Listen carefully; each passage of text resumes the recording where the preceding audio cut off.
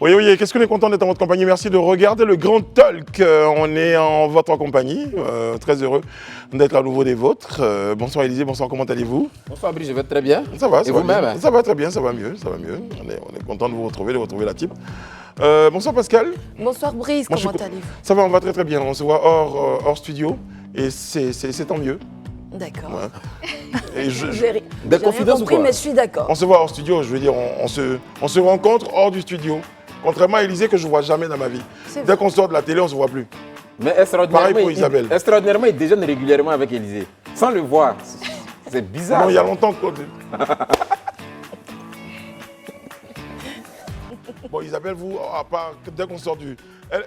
Élisée encore, on peut se parler, il y a d'autres on se parle dans la cour de la télé. Mais Isabelle, dès qu'on sort du studio, avant même de sortir du studio, elle est déjà partie. On s'est rencontrés déjà une fois au studio, non? Mais si tu m'as dit que tu m'avais croisé dans la rue une fois,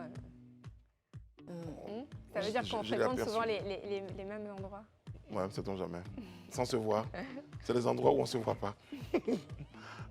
Au-delà, c'est pire. Si, quand même, vous vous rencontrez une fois à l'Ivoire, à l'hôtel Ivoire. C'est bien ça. C'est ça, c'est ça. Tu étais pour une cérémonie, moi j'étais juste venu prendre un verre. On ne donne pas les détails de ses contemporains. Ouais, bon. Non, lui, il était venu pour prendre un verre. Lui, On pour ne lui, donne sait. pas. C'est ce que tu as dit, non? Ouais, c'est ce que j'ai dit. J'y étais pour prendre un verre. Généralement, je me détends le temps que les embouteillages d'Abidjan qui nous épuisent tant puissent passer. Voilà. C'est pour la bonne cause, c'est pour fluidifier après votre circulation. Mais bien sûr, et je suis vraiment d'accord avec ça parce que, quand on le veuille ou non, la Côte d'Ivoire est en chantier. Moi, j'ai rencontré... Il a tout fait pour placer. Oui, quelque chose. Moi, j'ai rencontré aujourd'hui, hors du studio, justement, j'ai rencontré l'adjudant Tchétché. C'est un élément des forces de police de Côte d'Ivoire. Elle est adjudant, donc au commissariat du 35e arrondissement. Donc, elle est tout le corps policier, on va dire ça comme ça va, oui. Du 35e arrondissement, que je voulais saluer parce que j'ai égaré, tenez-vous bien, j'ai égaré mes pièces. Et donc, du coup, j'étais là-bas pour un processus de renouvellement. Et ça s'est bien passé. J'ai trouvé une équipe dynamique, une équipe assez motivée, à l'heure, matinale. Donc, moi, je leur fais un coucou. Donc, pourquoi vous n'en espériez pas tant? Ça a beaucoup changé. Hein. On est très bien reçus, en général, dans les commissariats. C'est ça. De plus en plus. Oui. Et depuis longtemps. Ah, depuis longtemps. Moi, j'ai une expérience des commissariats. Un petit peu plus récente, non, des commissariats. Mais le commissariat est un centre de documents administratifs aussi. Hein, donc oui. Et c'est vrai que j'ai été agréablement surprise, et chaque fois d'ailleurs, par la qualité de l'accueil. Vous avez une affaire dans un commissariat, vous avez testé l'accueil, Isabelle? Oui, une fois, moi, je suis allée porter plainte, effectivement. J'ai été très bien reçue, d'ailleurs. C'était celle qui portait plainte. Je n'en dirai pas autant pour celui contre qui vous avez porté plainte. Mais dès qu'il a éloigné.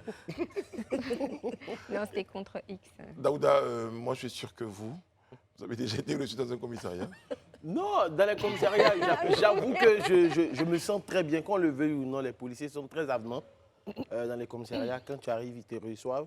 Même quand tu regardes leur devise, servir et protéger, je pense que c'est ce qu'ils font sincèrement. Sauf que généralement, quand j'ai des griefs contre la police, ce n'est pas ceux qui sont dans les commissariats, mais c'est ceux qui sont dans la rue avec nous. C'est tout. Voilà. Ouais. Élisée, vous? Oui, mais moi, extraordinairement, je n'ai pas encore eu maille vraiment à partir avec la police comme ça. Hein. C'est vrai que... Mais nous non plus. Nous non plus. Nous non plus. Non, mais laissez-moi aller au bout. Donc, on n'y va pas parce qu'on a maille à partir avec eux. Non, généralement, je suis un garçon assez sage, assez tendre, assez doux. Donc, quand je vais au commissariat, je suis toujours bien reçu, bien accueilli et tout se passe généralement très bien. Mais moi, je profite en fait de l'antenne aussi pour saluer les agents qui sont au poste de police du 22e arrondissement au niveau du Hongrie, qui sont très gentils. Voilà. Tout ça grâce à l'adjudant Tchétché. L'adjudant Tchétché. Qu'on salue. Magnifique dame qu'on salue. Non, mais vous parlez tout à l'heure de maille à partir avec la police. C'est Élisée d'ailleurs qui en parlait. Mais vous faites bien, Pascal, parce que je sais qu'il y avait une époque d'ailleurs, j'avais une petite affaire en cours au commissariat, dans un commissariat Abidjan. Là, on est ici. Abidjan Nord. Nord, donc c'était sud. De l'autre côté. Mais en fait, c'était un document administratif. Le gars qui faisait le document administratif... c'est un sténo. Ouais, c'était un sténo. Ça devait être 100 francs qu'on devait payer pour Dactylo. Il était sténo et il tapait sur un dactylo. Voilà, c'est ça. Donc, tu lui donnes 100 francs. Il y avait une caisse là, il mettait la caisse, tu lui donnes 500, il met dans la caisse. Tu dis, chef et monnaie, il dit, lui n'est pas boutiquier.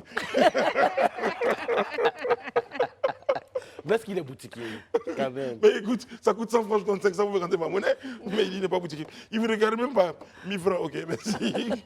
Mais après, vous avez dit, il y a beaucoup de choses qui ont évolué. Et puis voilà, donc on voulait aujourd'hui faire un coucou. À propos d'innovation, parce que l'idée, c'était de faire le pont avec, vous en parliez hier, avec les véhicules, les tout nouveaux véhicules, les flambants neufs de notre police. On va en parler, hein, juste le temps qu'on évoque la question dans ma grande révision donc, de décoration de confrères donc à la nuit de la communication. Nos confrères ont été, Élisée, je vous vois sourire, nos confrères ont été décorés. Voilà, donc Daouda, vous avez un point là-dessus? Oui, c'était la 4e édition de la journée du mérite de la communication et de l'économie numérique. C'était placé sous le haut la présidence du ministre Amadou Koulibaly, qui présidait la cérémonie, et les ministres de la communication et de l'économie numérique. À ce propos, il y a 92 personnalités qui ont reçu des distinctions, dont 19 commandeurs, 32 officiers et 41 chevaliers dans l'ordre du mérite de la communication. Et donc, en gros, il y a 2 personnes dont je retiens le nom qui ont été vraiment primées, que j'ai vraiment aimé. Il s'agit de Gilles Alexandre Dia et de Asawa. Non, Awassa. Awassa, désolé. Awassa, qui sont les cofondateurs du plus grand site d'information en Côte d'Ivoire, Abidjan.net. Et sincèrement, au-delà de ça, il y a eu 2 ministres aussi qui ont été aussi primés. Il s'agit de Mamadou Touré et de Charles Adam, c'est bien ça? Adam. Roger Adam, qui est ancien ministre de la communication aussi. Donc, sincèrement, je lui dis c'est une très belle soirée. Et pour dire aux uns aux autres que pour pouvoir avoir ces prix, il faut postuler. Il y en a pour qui il faut postuler, mais il y en a qui sont choisis par le ministère. Voilà, en gros, c'est le point que je voulais faire sur cette situation de mérite. Voilà. Élisée? Ouais, moi, je voudrais déjà féliciter tous nos confrères, toutes ces personnalités-là qui sont vues décorées dans l'ordre du mérite de la communication. C'est déjà une très belle chose. Moi, j'ai toujours tendance à saluer ces genres d'initiatives parce que mieux vaut être décoré pendant qu'on est encore vivant plutôt que d'être décoré à titre posthume. Donc, quand on regarde dans cette palette-là de personnes décorées, effectivement, on a des confrères, on a des frères, des confrères dont le mérite ne souffre d'aucune contestation, hein, dont le travail acharné ne souffre d'aucune contestation. Donc, c'est une très belle initiative. Je salue en tout cas cette initiative du ministère de la Communication et de l'économie numérique. Et comme le disait Daouda, on espère que pour les prochaines échéances, on aura certainement Live TV, plusieurs lauréats de Live TV dedans, on espère bien. Pourquoi pas Brice Allo? On espère bien. Donc, parce que de toute façon, je crois qu'aujourd'hui aussi, il ne faut pas qu'on se le nie, hein, le travail abattu quand même par Live TV, par les chroniqueurs, par tout l'ensemble du personnel est un travail extraordinaire et ça mérite aussi d'être reconnu. Oui. Très bien. C'est vrai, oui. Le grade de commandeur a été attribué au ministre Touré Mamadou. Vous le disiez à l'instant, différents grades ont été attribués. Il y a celui de commandeur, il y a celui d'officier de l'ordre du mérite des postes et télécommunications, chevalier de l'ordre du mérite des postes et télécommunications, et puis chevalier de l'ordre du mérite de la communication. On sait que notamment au niveau du ministère de la promotion de la jeunesse, il y a eu de grandes campagnes comme Isabelle le sait bien, les campagnes Agir, le lancement des nouveaux guichets, les saluts aux emblèmes le matin dans les écoles tous les lundis avec une action concertée. Le ministre a réussi à drainer avec lui d'autres membres du gouvernement et des personnalités de la société et les préfets aussi dans les régions. Donc ça a donné les résultats qu'on connaît. Et donc oui, c'est la communication qui a aussi aidé à réduire certains fléaux liés notamment à notre jeunesse. Très bien. Bon, allez, donc voilà, on va dire félicitations à à nos confrères. Récipiendaires. Félicitations aux personnalités. Là, sur la photo, on voit étant prêt à recevoir donc sa médaille. Et il a reçu Des mains du finalement ministre des mains du Amadou. ministre Amadou Coulibaly, Koulibaly. monsieur Touré Mamadou, donc le ministre Mamadou Touré. Félicitations à tous les autres. Et puis, voilà, c'était notre clin d'œil confraternité. Voilà, c'est important. Si ce n'est pas toujours le cas pour les autres, mais bon. Même si nous, on n'a pas reçu. Allez, Ben, il faut vous postuler. vouliez, Il faut postuler. Non, mais Non, le c'est ministère un vous aussi vouliez choisit, que choisit Life qui il a envie TV de- soit représenté à travers une décoration, un journaliste, un de ces... Non, on estime membre. que si on mérite, parce que là, en même temps, vous posez une question, vous dites à un moment donné, est-ce que vous pensez faire le travail qu'il faut? Mais bon, de toute façon, c'est... Peut-être qu'il faut qu'on pose la question, est-ce qu'on postule ou est-ce qu'on est Non, il y a repéré ou deux est-ce que ce types. sont les Il deux faut- types il y de... a Soit on est deux types. repéré, soit on postule. On pense est qu'on repéré peut soit par le postuler, il y a ministère aucune ou honte à bien postuler. on postule et puis on suit le parcours. C'est ça. Après étude de dossier, on t'appelle pour te Parce primer. Bon, Mais ouais. ce qu'il Il faut faut rédiger un retenir, en tout laïus, cas, il faut c'est mettre que- ses faits d'armes, entre guillemets. Ce qu'il faut retenir aussi, c'est que, avant, le métier de communicant était vraiment banalisé, mais aujourd'hui, on voit en tout cas que c'est un métier qui est reconnu, qui est valorisé et qui est surtout décoré comme on peut le voir à l'instant. Très bien, allez les amis, d'une On bonne enverra nouvelle à le une autre. dossier de Brice. Pardon. On enverra vos dossiers. Vous enverrez mon dossier? Oui, pour l'année prochaine, je m'en occupe. Très bien. Elle s'engage. Malheureusement, Alain n'est pas là. Non, non, Pour vous noter. consignez le contremaître maison. Tiens, il y a un petit surnom là qui va avec. Non, je vais le garder pendant la pub. Les amis, il y a une bonne nouvelle. Hein, bonne nouvelle, donc, l'annonce a été faite. Cette bonne nouvelle a été partagée par le porte-parole du gouvernement, justement, dont on parlait il y a quelques minutes, M. Amadou Coulibaly. Donc, à l'issue du Conseil des ministres, c'était hier. Le Conseil a adopté donc un décret portant revalorisation du salaire minimum interprofessionnel, le fameux SMIC, qui passe donc de 60 000 à 75 000 francs. Je dis bonne nouvelle, je relativise sur le plateau. C'est une très bonne nouvelle. C'est une bonne nouvelle, très bonne nouvelle, relativisée? Moi, je dirais que c'est une bonne nouvelle. Très bien. Bonne nouvelle parce que c'est quand même 25% du SMIC avant qui est valorisé aujourd'hui. Donc oui, on parle de vie chère, etc. Tout le monde a voulu en fait avoir un SMIC qui augmente. C'est augmenté de 15 000 De francs 15 000 francs, CFA. C'est toujours bon à prendre, Oui, hein. voilà, c'est toujours bon à prendre. En fait, Et- tu sais, et- Parce qu'il ne faudrait pas oublier aussi que ceux qui vont payer les différents employés à 75 000, eux aussi, ça va peser dans leur poche. Donc, tu sais, en gros, qu'on le veuille ou non, l'augmentation du SMIC, il faut le rappeler, obéit à la volonté du chef de l'État qui a voulu en fait aider à améliorer la condition de vie des Ivoiriens. Et je pense qu'il avait fait l'annonce déjà le 6 août lors de son adresse à la nation, où il avait révalorisé les salaires des fonctionnaires. Il a pensé aussi à ceux qui sont dans le privé pour qu'eux aussi puissent. On est dans un contexte de vie chère. Donc, si on a révalorisé celui des fonctionnaires, je pense qu'il faut révaloriser celui des gens du privé. Et 75 000 francs pour moi, je pense que c'est la base. Voilà. Après, ça peut être au-dessus, aller plus loin que ça, en fait. Même si ces derniers, au départ, voulaient plus de 200 voulaient 200 Oui, 000 c'est le francs. collectif des secrétaires généraux délégués Voilà. du personnel donc, qui ont, eux, souhaité le secteur privé de Côte d'Ivoire, donc qui n'étaient pas d'accord avec la rivalisation. Et ils estimaient qu'ils voulaient 200 000. Voilà. Comme SMIC. Comme SMIC. Bon. Obligé quand même. Ça ressemblait à... Il disait, je fais un peu de pédagogie avec vous. Lorsqu'on dit aujourd'hui que le SMIC passe de 60 000 à 75 000 francs pour nos téléspectateurs, qu'est-ce que cela veut dire pour les éléments du privé? Non, ça veut dire juste qu'aujourd'hui, le salaire minimum qu'on puisse payer à un agent en Côte d'Ivoire, c'est de 75 000.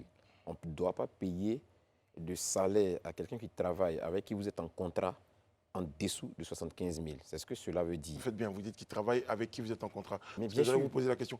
La nounou qui est à la maison, elle doit être payée au moins 75 000. C'est ce que ça veut dire logiquement. Très Parce bien. que la dernière fois, je me rappelle, lorsque le décret faisant passer le SMIC de 36 000 à l'époque à 60 000, il y avait une catégorisation des emplois concernés et le personnel de maison avait été cité dans ce lot-là. Donc, en réalité, le personnel de maison aussi est concerné par ce SMIC dans la réalité. Maintenant, et comme je le disais tout à l'heure, Après, dans les faits, J'aime votre petit sourire là. oui, dans la Parce réalité, que vous faites dans votre tête, c'est est-ce que moi-même ce qui doit être fait en fait. Maintenant, Mais d'ailleurs, c'est à partir de 2023. Et- et- voilà, déjà, avant du janvier, 1er janvier, ça rentre en vigueur. C'est le résultat d'un accord entre le gouvernement et puis le patronat pour aboutir à cette révalorisation du SMIC-là, parce que c'est les patrons, c'est le secteur privé qui endosse la grande responsabilité, mais il a fallu que pour ça aussi, il y ait une négociation avec le gouvernement pour que le gouvernement aussi cède un certain nombre d'éléments en faveur du secteur privé.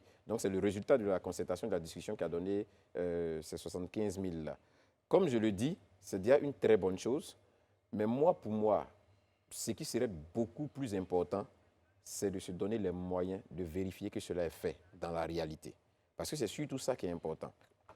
Parce que augmenter, c'est un effort que le gouvernement a fait de 25%, le SMIC existant, pour qu'on arrive à 75%, c'est un effort que le gouvernement a fait. Et le gouvernement a consenti à des sacrifices. C'est-à-dire qu'il y a des choses qu'il a dû concéder au secteur privé pour qu'on y parvienne. Donc, si le gouvernement a dû faire ces efforts-là, c'est pour l'ensemble des concitoyens. Donc, à contrario, en face, il faut aussi que ceux-là, ils puissent donner ou bien ils puissent véritablement respecter cet engagement pris. Et c'est là que l'État doit se donner les moyens de vérifier. Parce qu'aujourd'hui, il ne s'agit pas juste de dire on va passer d'un tel montant à un tel, et puis qu'on se rende compte que 80 à 90% des personnes même logiquement concernées ne bénéficient même pas de cette révalorisation. Il y a un problème. Donc, il faut qu'on se donne les moyens de vérifier qu'effectivement ce SMIC-là, il est payé et il est respecté. Alors vous disiez tout à l'heure, donc certainement une petite rectification, donc c'était plutôt les partenaires sociaux, donc la CGSI, la FIPME, donc les centrales syndicales, les membres des commissions indépendantes de concertation, etc. Oui, donc le 7 novembre, pour convenir donc, du passage du SMIC appliqué de 60 000 à 75 000 francs, cette précision. Vous parlez tout à l'heure, vous avez la parole, je vais vous la redonner. Vous parlez de toute façon de mécanismes de vérification. Vous avez une idée d'un mécanisme qui pourrait être mis en place pour vérifier que les nounous dans les maisons... Et il va donner son adresse aussi. Non, logiquement, la première source même de vérification, c'est la CNPS. C'est-à-dire que ceux qui travaillent nous doivent les déclarer. Parce que quand vous déclarez quelqu'un qui travaille avec vous, bien évidemment, dans les fichiers, vous marquez le salaire. Et il y a la fiche de paye de la personne que vous voyez. Donc, en réalité, le premier outil même de contrôle là, c'est les fiches de CNPS qu'on doit pouvoir vérifier. Donc, c'est-à-dire qu'une personne qui travaille pour vous, vous devez avoir l'obligation de la déclarer parce que c'est ce que la loi même demande. Donc, ça, c'est la première chose. On va dans une entreprise, on a 60 employés. On se rend compte qu'on a déclaré, parce que les fiches de CNPS sont là. Les CNPS, c'est registre. On se rend compte que dans l'entreprise, par exemple, c'est 20 qui sont déclarés, mais les 40 autres, pourquoi ne sont pas déclarés? Il faut qu'on donne les raisons. Comme j'ai juste envie de te faire un peu de polémique là, sur le coup, votre nounou qui a commencé à bosser le 1er janvier 2023, qui n'est pas 2 semaines après, vous en prenez une autre, vous allez les déclarer comme ça au fur et à mesure? Non, ce n'est pas comme ça que ça fonctionne. Si vous avez pris votre nounou, que vous l'avez déclaré à la CNPS... D'accord, vous prenez votre nounou, vous la déclarez? Oui, c'est ce que je dis. Quand vous avez pris votre nounou, que vous l'avez déclaré à la CNPS, c'est sur la base d'un contrat. La CNPS, c'est une cotisation, tu dois cotiser. Mais tu cotises parce qu'un service est fait. Maintenant, si le service n'est pas fait, c'est à toi d'envoyer les preuves par A plus B que le service n'est pas fait, donc la cotisation s'arrête. Donc c'est quelque chose qui est justifié. Ça ne reste pas juste là parce que tu as pris une nounou, ça fait 2 semaines, tu la renvoies, tu prends une autre. Non, ce n'est pas de ça qu'il s'agit. D'accord. Voilà. Oui, soyons concrets. Ce n'est pas une incitation à ne pas respecter, à la désobéissance, mais on est tous d'accord ici qu'on a des contraintes sociales, qu'on a des situations spécifiques les unes aux autres qui font que ce salaire minimum interprofessionnel garanti va certes s'appliquer dans toutes les organisations structurées, mais qu'au niveau des individus, ça prendra un petit peu de temps. Mais on a bien remarqué que quand le salaire en 2014 est passé de 36 607 francs, pour être précis, à 60 000 francs, au fur et à mesure, il ne faut pas stigmatiser le travail de maison, parce qu'il y a les employés dans les salons de coiffure, il y a des emplois comme ça qui donnent lieu à des catégorisations et qui sont aussi qui flirtent entre le formel et l'informel, les emplois debout, le nombre d'heures, il y a des emplois à mi-temps. Donc tout ceci entre en ligne de compte dans la détermination du salaire. Il y a beaucoup de gens, c'est vrai, qui ne déclarent pas, mais qui payent plus que 60 000 leur personnel de maison. Peut-être que c'est de faire en sorte que la CNPS, qui, elle, fait un gros effort de digitalisation ces derniers temps, leur dise qu'en fait, ce n'est pas si important la part que vous payez à la CNPS quand vous avez des salaires minimums. Il ne faut pas stigmatiser le travail. On en parle comme ça, Daouda, vous allez avoir la parole, et Isabelle, si elle veut bien. On parlait du personnel de maison, mais je suis tombé des nues quand j'ai appris qu'il y avait des personnes qui travaillaient dans certaines sociétés de sécurité qui n'avaient pas justement ces 60 000 francs. Oui, moi, j'en connais beaucoup. C'est incroyable. Que ce soit des agents de sécurité, des techniciens de surface qui, jusqu'à aujourd'hui, sont encore à 40 000 francs de salaire par mois, souvent 50 000 francs. Ça, c'est les plus chanceux.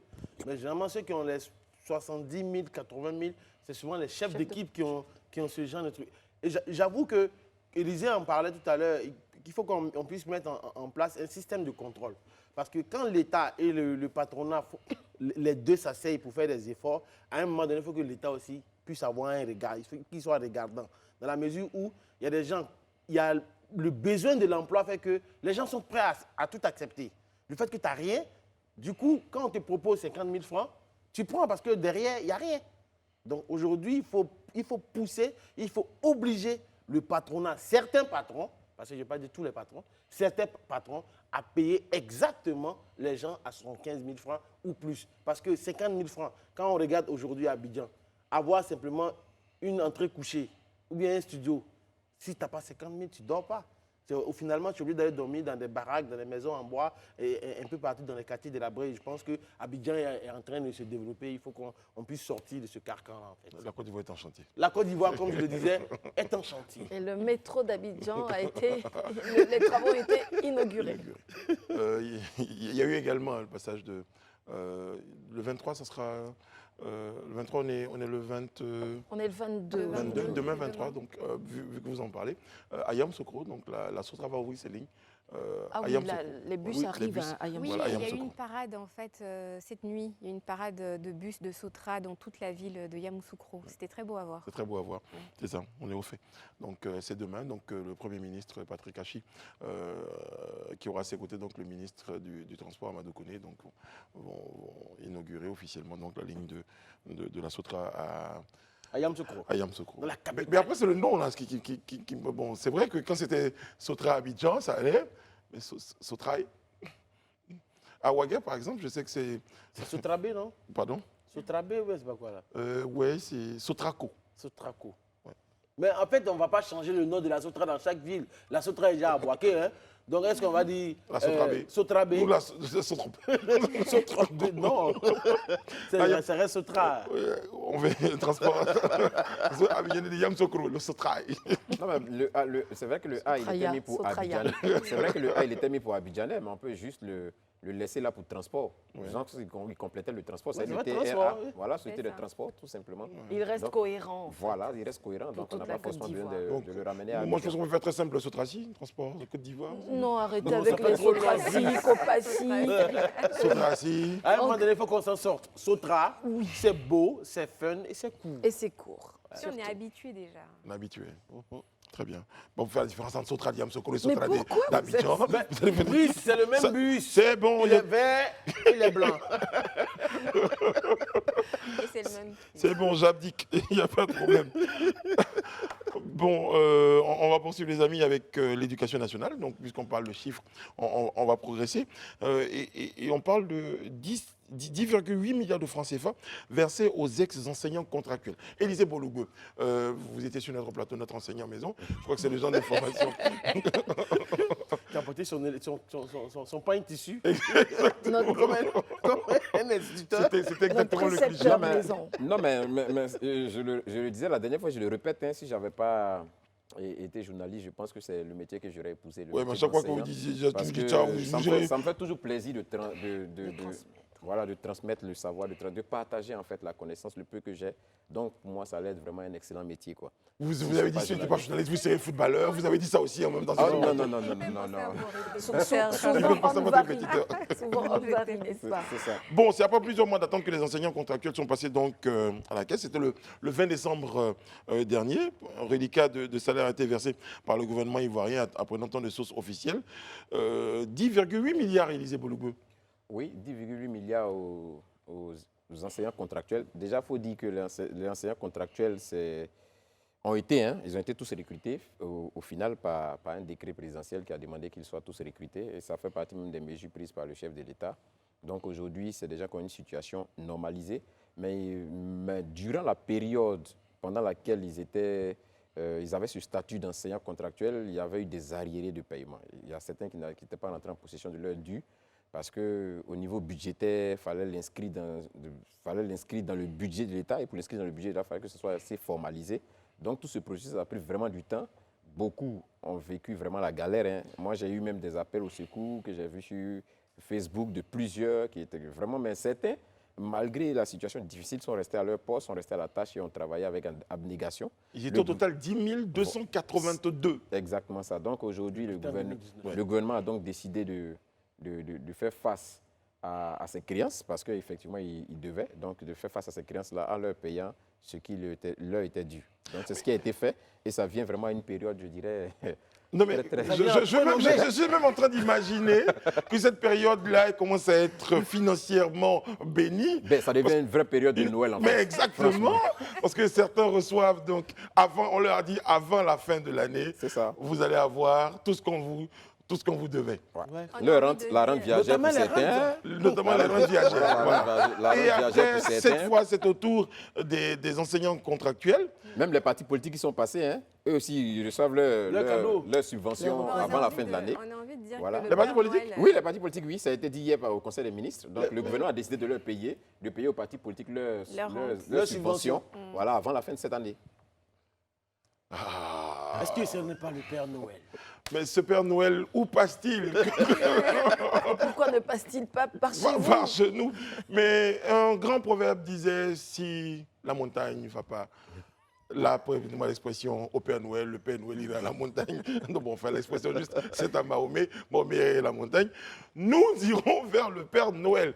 Pourquoi? Parce que même les policiers ont reçu des cadeaux avec leurs véhicules flambant neufs, rutilants, avec bourrés de technologie. De technologie. J'ai vu un policier avec ce véhicule-là donc sur la voie qui était en train d'attendre une infraction ou apporter de l'aide à quelqu'un. Et on a senti, il était bien mis, on sentait, je pense que ce matin-là, il a bien repassé son uniforme de policier. Il était fier de se tenir debout à cette voiture-là. Ouais. Et ça ne donnait pas envie de commettre une infraction. Hein. On était tous contents d'être tout droit comme il faut. Et lui-même, il respirait la santé à côté de ce véhicule. Mais hier, tu sais que moi, je rentrais à la maison et j'ai vu une de ces voitures au niveau de la Solémie, aux environs de 2h du matin. Ah, mais c'est vers là-bas. C'est ça, Solémie, juste après la RTI. Vers 2h du matin, oui. Allez, on parlera de vos fréquentations tous les deux. Alors moi c'était à 10h du matin. Donc moi, c'est à 22h. 10h du matin, 10h du soir. Voilà. OK. Donc du coup, j'ai vraiment aimé parce que j'ai trouvé ça très rassurant. Franchement, j'ai trouvé ça rassurant. Oh, mais c'est pas plus rassurant qu'un véhicule du CCDO. Non, c'est pas ça. Quand vous dites rassurant. C'est rassurant le fait que, parce que quand tu sais ce qu'est la technologie qui est embarquée dans le véhicule, c'est intéressant parce qu'il peut faire de l'écoute, de la surveillance et autres. Franchement. C'est un gadget technologique. Franchement. Ils font de l'écoute, quand je passe à côté, je vais faire attention à ce que je dis. Voilà, donc du coup, je veux dire, sincèrement, non, ils font de la surveillance, pas de l'écoute. Voilà. Je pense qu'aujourd'hui, les forces de l'ordre sont vernies sur le plateau. Parce que quand tu regardes, même aux États-Unis, il y a de l'esthétique. Voilà. Aujourd'hui, quand tu vois ce véhicule-là dans la rue, ça te rassure. Et ça inspire le respect. Et tu sais qu'à ce propos, ce matin, le président de la République s'est arrêté au niveau de la sûreté pour féliciter la police nationale.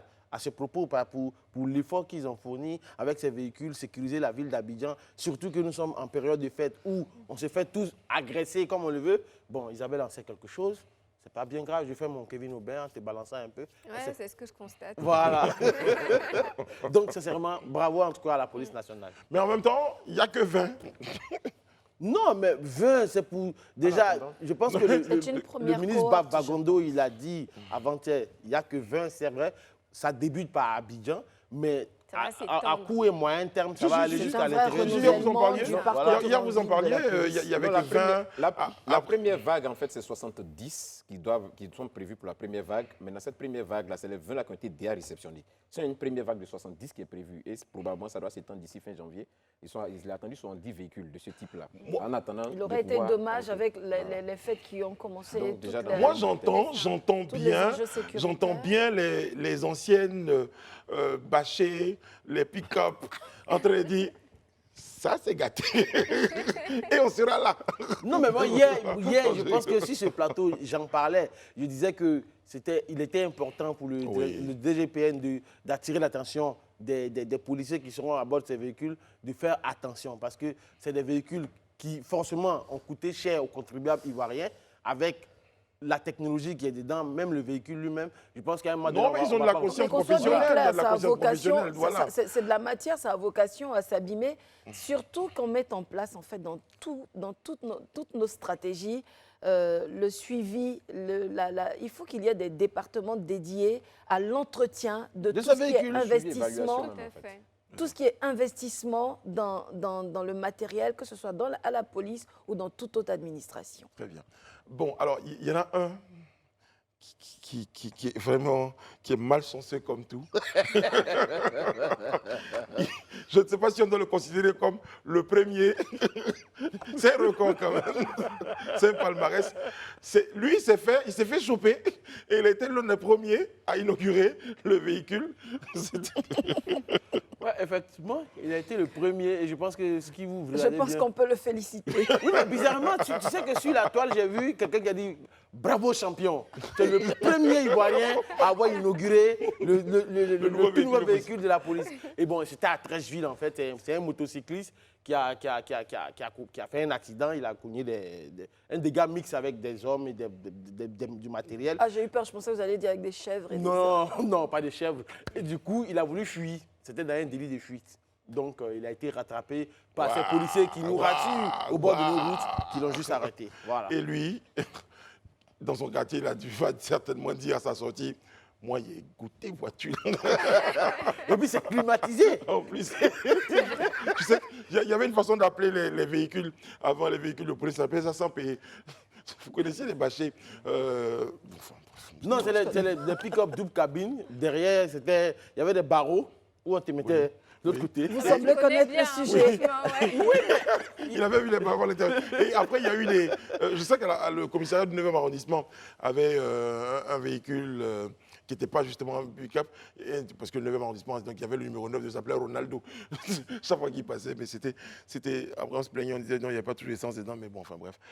La police s'équipe, la police se modernise, la police se digitalise, la police entend être beaucoup plus efficace. Donc, messieurs, encore une fois, chapeau à vous. Et ce n'est pas une raison pour se faire arrêter. Mais maintenant... Mais à côté de ça, on avait une autre photo, on n'aura pas le temps de la voir certainement, mais aujourd'hui, les Ivoiriens sont tellement fiers de leur police qu'ils viennent poster... Oui, c'est ça. Ils posent à côté des véhicules. Non, mais comme ça se fait à New York.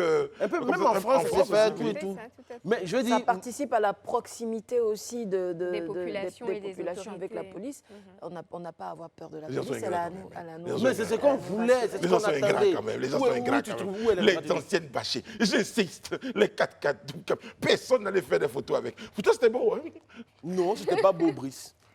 C'était pas beau. Ça faisait peur. Voilà. Je connais des gens à la télé ici là, qui ont enfin, eux, c'était les cargos, les cargos, le Gontugo. Il y avait des noms comme ça. Il y a des noms comme ça sur les cargos. Oui, le Kong, le Nzi. Oui. Il y a même comment ça, c'est les Canter là. Je pense que l'une de ces voitures là s'appelle commissaire Tétine. En hommage à la petite qui a fait le Mardi Gras, ils ont nommé le Canter là, commissaire Tétine. C'est ça. Voilà. Bon, alors puisqu'on entend parler de sécurité, hein, je vais aborder avec Élisée le plan de sécurité donc, pour la CAN, vu qu'il est fan de foot, il a failli être footballeur également. S'il n'était pas journaliste. S'il n'était pas journaliste. Justement, est-ce que ce renouvellement du dispositif, du matériel, ne participe pas également à un plan sécuritaire pour rassurer les invités à cette CAN 2024, on dira? Oui, janvier 2024. La CAN est prévue pour janvier 2024. On pourrait dire ça ainsi, mais déjà, il faut dire que, comme tout pays qui organise une manifestation d'envergure, hein, comme soit la CAN ou le Mondial, il y a des dispositifs sécuritaires particuliers à mettre en place. Voilà, qui sont prises au niveau sécuritaire pour garantir vraiment la sécurité et des acteurs, mais également aussi des supporters et tous ceux qui viennent participer à la fête, et même des citoyens. Donc c'est dans ce cadre aussi que l'État de Côte d'Ivoire, qui reste pas en marge, aussi a pris un certain nombre de dispositions en vue vraiment de garantir la sécurité à tous les acteurs lors de la prochaine CAN qui est prévue au mois de janvier 2024, pour que tous ceux qui viendront en Côte d'Ivoire, surtout que la Côte d'Ivoire a décidé à écouter le Premier ministre, lors de la signature qui définitivement consacrait la Côte d'Ivoire comme pays organisatrice de la CAN, il y a 2 mois de cela, au Sofitel Hôtel Ivoire, disait que les autorités ivoiriennes ont lancé le pari de faire vivre la plus belle CAN de l'histoire de la CAF à Abidjan, en Côte d'Ivoire, pardon. Donc, si tant est qu'on veut vraiment faire vivre la plus belle CAN de l'histoire, ça veut dire que aussi l'aspect sécuritaire doit être de mise. Donc, dans ce cadre-là, les pouvoirs publics ont déjà mis en place un certain nombre de dispositifs. Vous conviendrez avec moi que tout ne peut pas être déballé sur la place publique, hein, de peur justement voilà, que cela soit récupéré par ceux-là qui ont de mauvaises intentions. Mais c'est dit aujourd'hui que les bouchées sont en train d'être mises pour que véritablement on vive une CAN sécurisée. On est sans ignorer qu'on a à nos frontières quand même des menaces réelles qui existent. Mais à ce niveau-là, je crois que le gouvernement se bat depuis quelques mois pour qu'on puisse avoir une certaine paisibilité. Et c'est toujours dans cette dynamique-là qu'il prévoit mettre tout en œuvre pour qu'on puisse vivre une CAN sécurisée. Très bien. Et là, par exemple, pour les fêtes, il y a les populations éperviers, il y a police recours. Là, même il y a l'opération Mirador qui est mise en place aussi. voilà, par l'état-major des armées. Et ça, c'est pour sécuriser toutes les frontières pendant cette période festive-là. Qu'on a appelé l'opération Mirador. Donc il y a vraiment un ensemble de dispositifs sécuritaires qui a été mis en place. Même à l'extérieur, aujourd'hui, il y a une belle sécuriser. collaboration entre Exactement. notre police avec des organismes internationaux, Interpol, et il y a même des efforts conjoints qui sont consentis avec d'autres structures dont je ne peux pas vous dire le nom, sinon je serai obligé de vous... Voilà. On ne sait jamais qui c'est qui a des bonnes intentions sur le plateau. Ne me faites pas ce regard, Pascal, ce n'était pas vers vous. C'est pas vers moi aussi non plus. Pas vers moi non plus. Très bien. Allez, ça veut dire qu'il n'y a personne sur le plateau. Quel dédouanement. Élisée, avec vous, juste avant de recevoir notre invité, on va évoquer la vie de la nation, hein, quand même. C'est ça, comme tous les jeudis, hein, ça devient maintenant un rituel. Ouais. Aujourd'hui, nous allons parler d'un sujet qui est aussi tout important que tout ce dont on a parlé jusque-là. C'est la question de l'insertion professionnelle des jeunes. Ouais. Vous êtes sans ignorer que depuis sa prise du pouvoir par le chef de l'État et les différents gouvernements qui se sont succédés, la question de l'emploi jeune a toujours été au cœur des débats. Parce qu'aujourd'hui, on a une population qui compte 77% 77% constituée de jeunes en dessous de 35 ans. Donc, c'est dit le fort taux aujourd'hui de jeunes. Et tous ceux-là ont besoin d'avoir un emploi. Donc, dans ce cadre-là, un ensemble de programmes a été mis en place. On ne reviendra pas sur les programmes. Juste, je veux faire aujourd'hui un petit bilan qui a été fait au thème de 2022 pour ce qui est de la question de l'emploi, de l'insertion professionnelle des jeunes. Et ce bilan a été fait par le ministère de la Promotion de la Jeunesse, de l'insertion professionnelle et du service civique, le ministre Mamadou Touré, et qui a donc fait ce bilan-là au titre de l'année 2022. Et ce qu'il convient de retenir, c'est que les programmes d'insertion professionnelle ont enregistré sur l'année 2022, 62 500 bénéficiaires pour un coût global de 21 387 710 000 francs CFA. Ces résultats qui ont été donnés par le ministère se répartissent comme suit. Le programme spécial de lutte contre les fragilités dans les zones frontalières du Nord, qui est l'AS 1 du programme social du gouvernement, le PSGouv, a touché 22 972 bénéficiaires, soit un taux de réalisation de 101,58% pour un coût de 9 663 millions de francs CFA. Les activités d'amélioration de l'employabilité et le programme d'entrepreneuriat des jeunes sur le reste du territoire, qui est aussi l'AS 4 du PSGouv, le programme social du gouvernement, ont touché 39 528 jeunes, soit un taux de réalisation de 105,20%, pour un coût global de 11 724 710 000. Vous l'aurez remarqué, les différents objectifs ont été dépassés, parce qu'on est tous au-delà de 100. Donc avant que je ne poursuive, pour le point 2, on va suivre cette vidéo. Avant, j'étais une serveuse dans une cave, sans diplôme, je n'ai jamais été à l'école. Mais aujourd'hui, grâce à Girl Power, je peux me tenir devant vous, m'exprimer comme je m'exprime actuellement. Là-bas, je faisais le cours d'alphabétisation, ONS, Secourus, on faisait aussi l'auto-école. C'est là-bas que j'ai appris comment se tenir en société, comment se comporter en communauté. Franchement, nous avons appris plein de choses. Grâce à eux, aujourd'hui, je suis autonome. Je suis, comment dirais-je, je suis entrepreneur. OK. Voilà cette vidéo, j'ai voulu qu'on la regarde pour 2 points essentiels. La première chose, si vous avez bien écouté, elle a dit qu'elle était sans diplôme et elle s'est inscrite à un programme qui lui a permis d'acquérir un certain nombre de capacités pour aujourd'hui être là où elle est. Le deuxième élément pour lequel je voulais, c'était juste sensibiliser la jeunesse sur le fait que les programmes qui sont mis en place sont des programmes qui leur sont destinés sans distinction de parti politique, sans distinction de couleur religieuse ni de tribu. C'est ouvert pour tous les jeunes de Côte d'Ivoire. Donc, il faut qu'ils puissent s'engager dans ces programmes-là parce que la construction de leur avenir, c'est maintenant et ce n'est pas demain. Je terminerai mon propos en revenant sur la question du bilan, mais surtout au titre du service civique, où on a 1001 jeunes qui ont bénéficié du service civique d'action pour le développement, qu'on appelle le SCAD, et 1450 autres jeunes qui ont bénéficié du service civique national jeune, ce qu'on appelle SNJ, sur la culture civique et citoyenne, la connaissance des us et coutumes. Donc, ceci dit, voici où s'arrête aujourd'hui ma chronique, tout en encourageant encore nos jeunes gens à aller vers ces programmes-là, parce que ces programmes ont été conçus pour eux, c'est pour leur donner un avenir. Très bien, Élisée, bravo, bravo. J'avoue que vous avez une façon de conduire les choses. Si j'étais président, je vous aurais nommé ministre. Parce que dans les discours, je ne saurais conclure, je ne saurais terminer mon propos. Vous savez, il y a des expressions consacrées comme ça dans les discours de ministre. Il le fait très bien. Oui, en tant que maître de cérémonie, c'est des choses que j'entends. En général, c'est la partie où le maître de cérémonie se dit, ah tiens, je crois qu'il faut que je commence à me rapprocher du pupitre parce qu'il est en train de finir le discours. Bon, en même temps, hein, le président de la République, c'était son élection. On a plus de pouvoir. Ah, ok, d'accord. Nuance. Merci. Bon, ce siège-là sera occupé tout à l'heure par un docteur Anelidis Bakone. Elle est secrétaire exécutive du Conseil national de lutte contre la vie chère. Avec elle, on parlera de vie chère, des actions pour entreprises. Est-ce qu'il y a pénurie ou pas? On en a parlé. Je vous avais promis d'affaires. Est-ce que lui, il est revenu dans votre quartier? Tout ça, on en parlera avec le docteur. A tout de suite, on marque une courte pause. On vous retrouve tout à l'heure. Qu'est-ce que vous dites, vous tous les deux? Mais il est en train de faire du pied. Il vous fait du pied? Daouda. On va régler ça maintenant, pendant la pub. Nous sommes de retour sur le plateau du Grand Talk en compagnie de Pascal, d'Élisée. Toujours. Voilà. Et nous sommes également en compagnie de Daouda et Isabelle Vauvor qui ont décidé, pendant qu'on faisait l'émission, de jouer James. Donc de se faire des signes sous la table. Se faire des signes sous la table pour faire couper James. Ça va tous les deux, ça se passe bien? Vous avez fait la paix? Oui, toujours, on fait la paix. Bon, comme Isabelle. On n'a jamais fait la guerre. On n'a jamais fait de guerre, les mois. Vous faites du pied? On se fait du pied si tu veux. Ouais. Non, c'est toi qui me fais du pied. Ouais. Mais bon. On va passer toute la nuit là-dessus. Hein. Bonsoir docteur, comment allez-vous? Merci, on est content de vous recevoir sur le plateau. On disait avec Pascal pendant la pause que vous représentez le visage, le gentil visage et doux visage de la lutte contre la vie chère dans notre pays.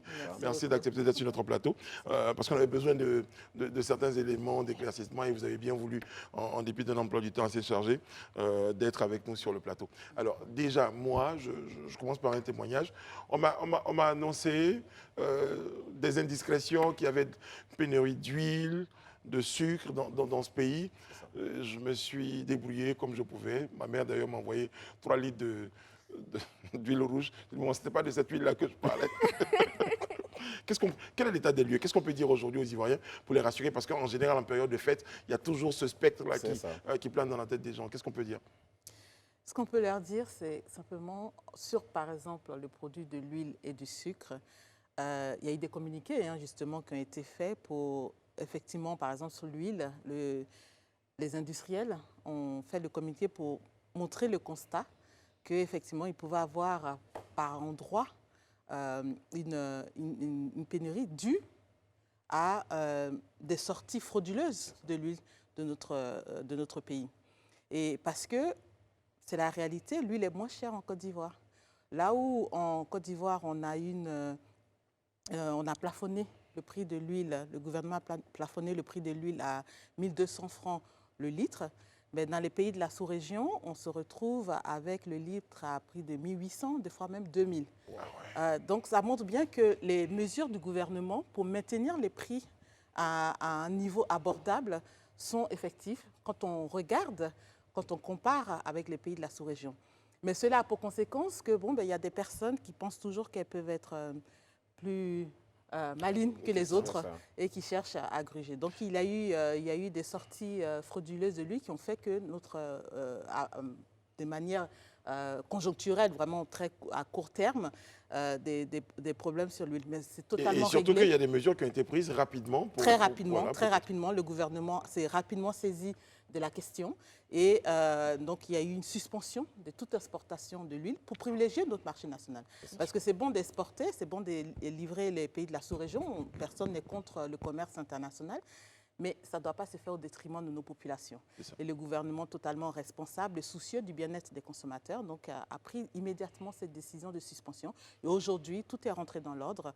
Les commerces, les surfaces sont à nouveau largement approvisionnés, que ce soit en huile, que ce soit en sucre. Et les prix restent abordables puisque ce sont des produits à prix plafonné depuis novembre 2022. Je le confirme. Je suis passé il y a quelques jours dans les boutiques et les supermarchés où je n'avais pas eu d'huile. Ça doit faire mal. Et ça fait très très mal, Daouda, je vous rassure, ça fait très très mal de voir autant d'huile quand on m'a dit que ça devait en manquer, alors que moi j'en ai quand même un grand nombre à la maison. Alors, l'autre question, je fais un petit point à Dr Ba, parce qu'on l'avait invité d'ailleurs pour qu'elle puisse nous répondre sur certains points. C'était la question de l'affichage sur nos marchés. On évoquait le point selon lequel, comment nos mamans, je crois que c'est Isabelle qui portait le projet, comment nos mamans arriveraient donc à afficher les prix, parce que le gouvernement demande qu'on affiche les prix. Pas dans les grandes surfaces, mais surtout au marché. Quand les personnes sont dans l'informel, comment est-ce qu'elles vont arriver en fait à afficher des prix? Est-ce qu'il y a de la sensibilisation, de l'information? Est-ce qu'il y a de l'aide, il y a de l'accompagnement? Parce que si ça devient une obligation en fait et qu'elles n'ont pas la possibilité de pouvoir afficher les prix, je prends par exemple le cas d'une femme qui va au marché des tomates, piments, etc. Comment est-ce qu'elle va afficher les prix alors qu'elle n'a pas l'habitude de le faire? Enfin, voilà. Tout à fait. Dites-nous un Déjà, peu. ce qu'il faut préciser, c'est que l'affichage des prix, c'est une obligation réglementaire. Notre disposition législative fait mention de l'affichage des prix qui est obligatoire, quel que soit le point de vente, quelle que soit la surface, parce que le consommateur doit être informé du prix. Et il doit être informé de ce prix-là avant de passer à la caisse, de sorte qu'il puisse, en toute connaissance de cause, faire ses achats. C'est ça. Donc déjà, ça c'est un premier point.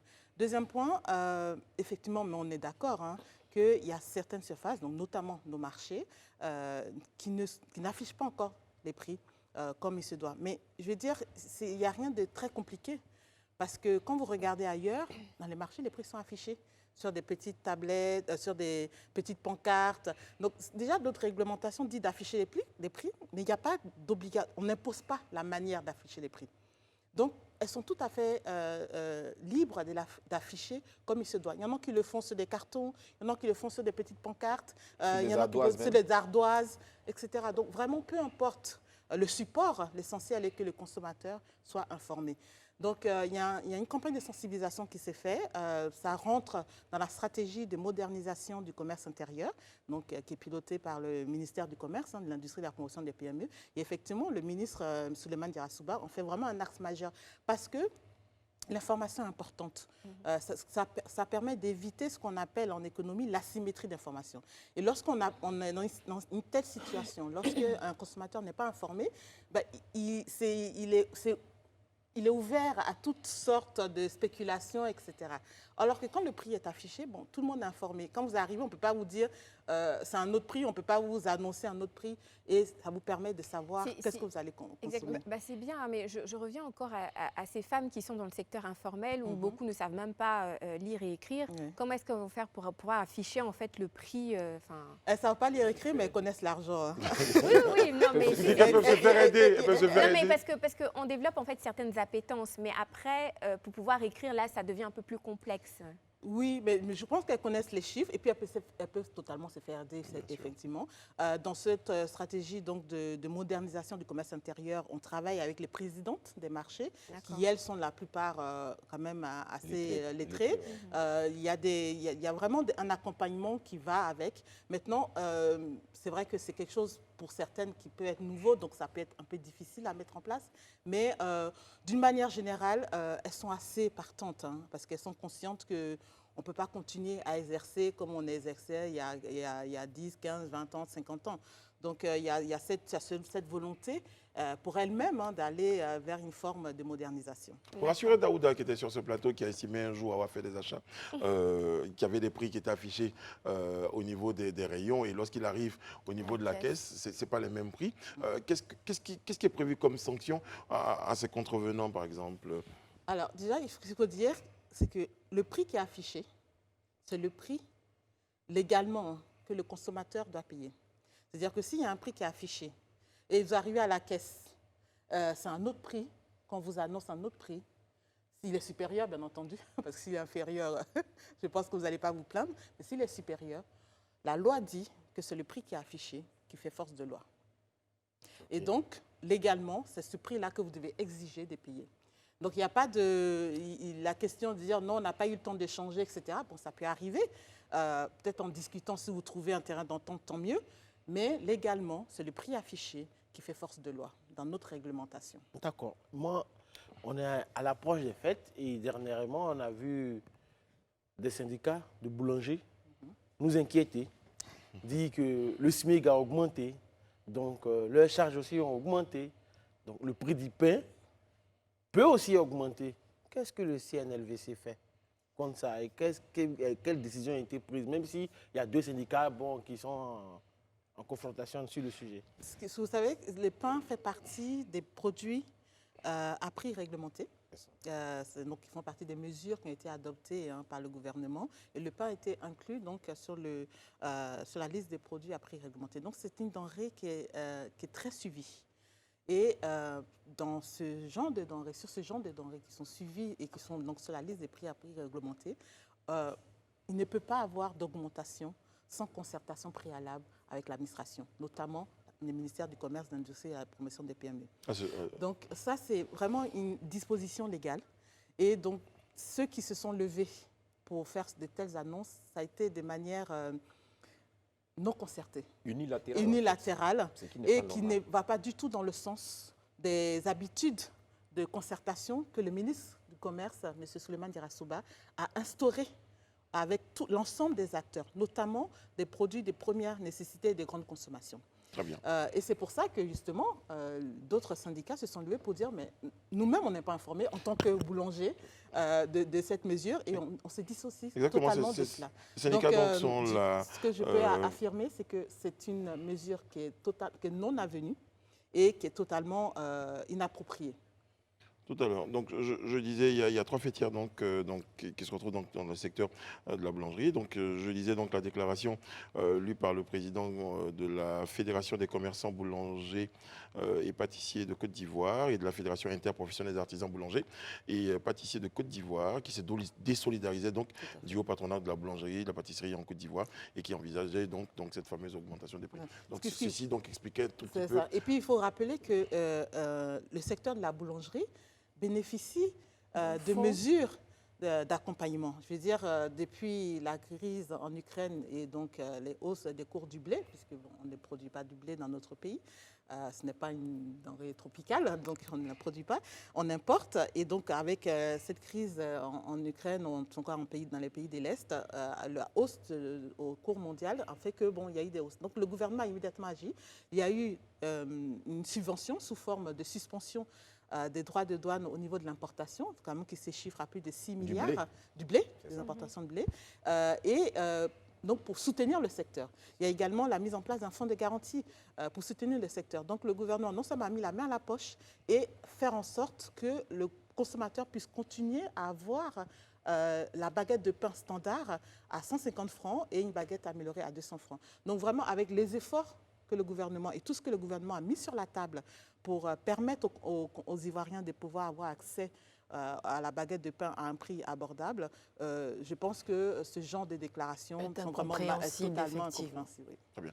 Élisée Bouloubeu. Oui, Madame la secrétaire exécutive, on se rend compte que quand on est dans cette période festive-là, très souvent, il y a de la surenchère qui est faite, surtout par les commerçants, parce qu'ils estiment que la demande devient très forte. Voilà, très forte par rapport à l'offre.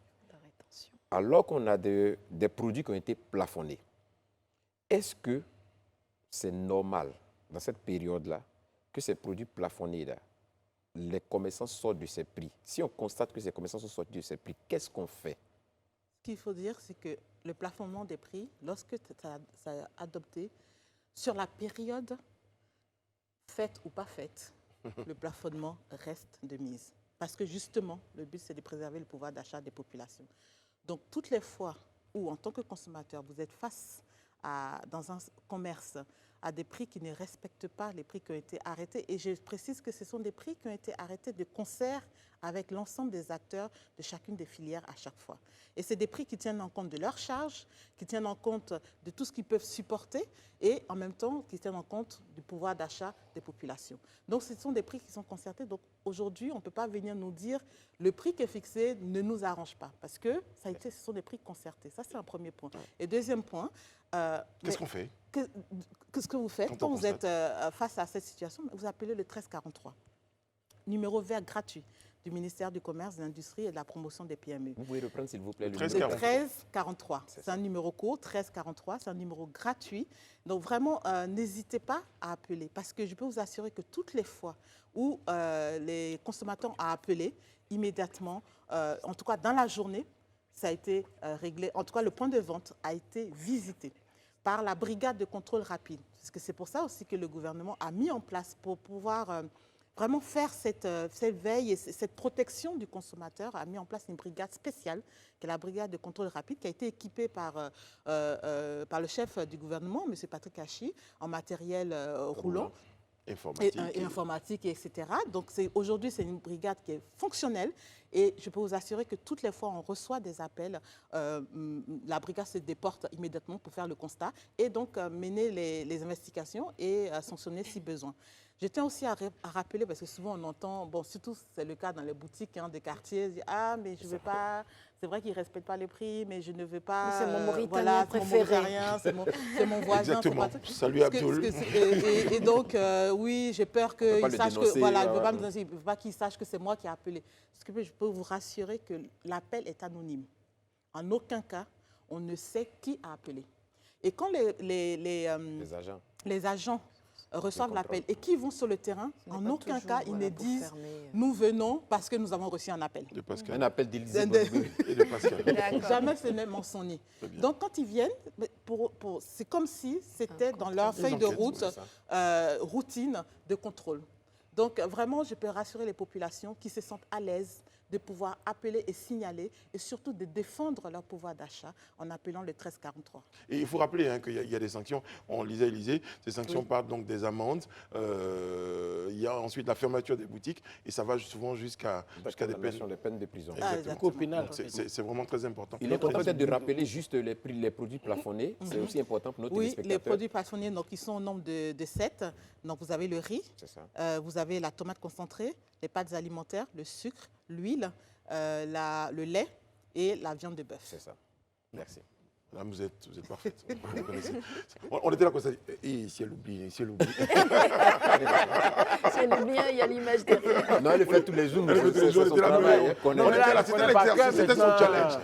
J'étais là, je comptais dans mon cœur, je comptais de 3, 4 à 5. En gros, si je comprends bien, il faut, en fait, votre politique à votre niveau, c'est d'impliquer en fait les concitoyens dans votre campagne. Absolument. C'est faire en sorte que le consommateur soit actif, soit un consommateur responsable, qui défend son pouvoir d'achat.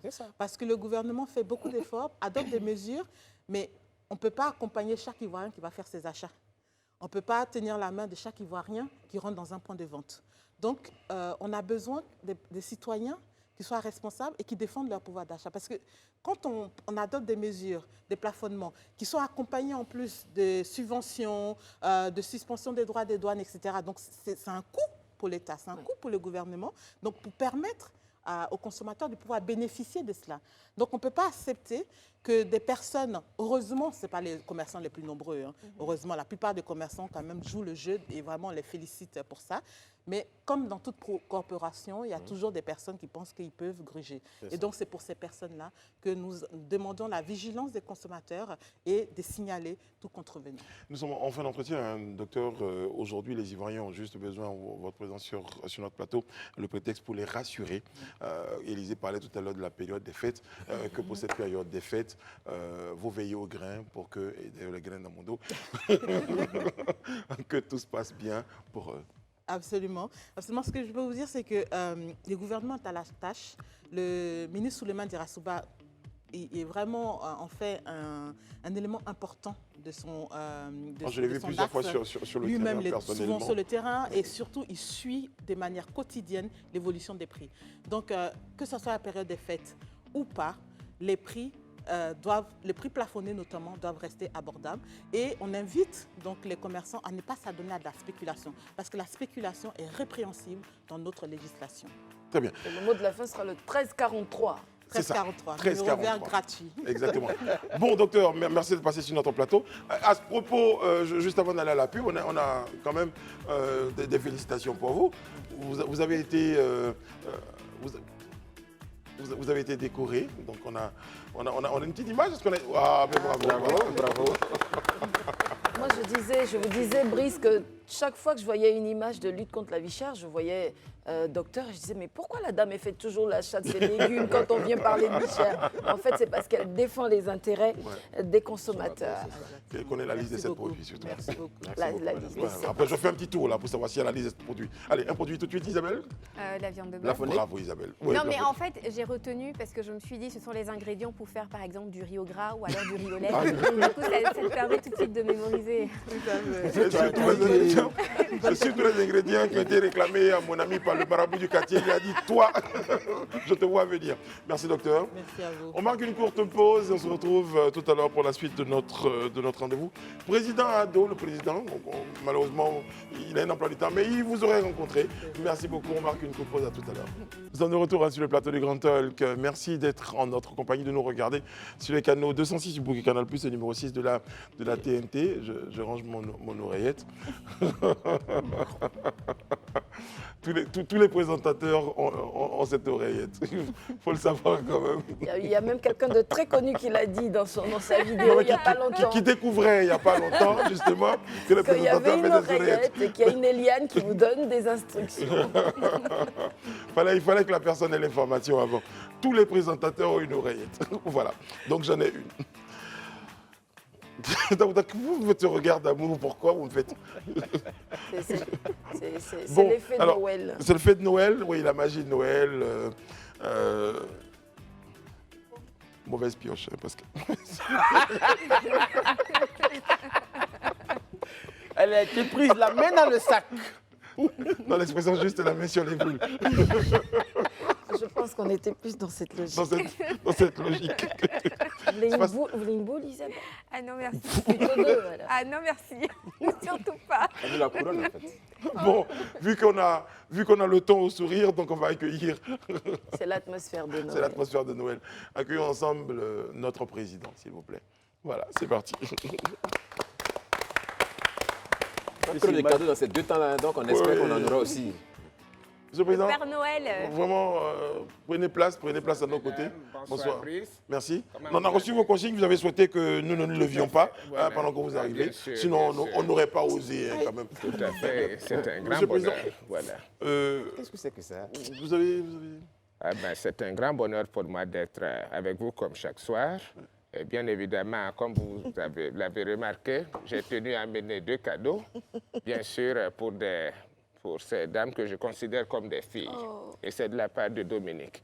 Alors, tenez Pascal. Vous transmettrez mes Voilà, je remerciements vous à en Madame prie. la Première Oh là Dame. là. Isabelle, j'adore. voilà. J'adore les cadeaux. Merci Voilà, beaucoup. c'est Merci vos cadeaux de beaucoup. Noël.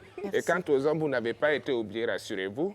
Nous avons dû commander environ 6 jouets pour vous, y compris Kevin, bien évidemment Alain et André Bois. Et donc, nous avons commandé 6 voitures télécommandées pour vous. Voilà. Des voitures, vrai. Attends, c'est la magie de Noël. C'est celles qui font un bruit horrible quand les enfants les mettent en marche. Tout à fait.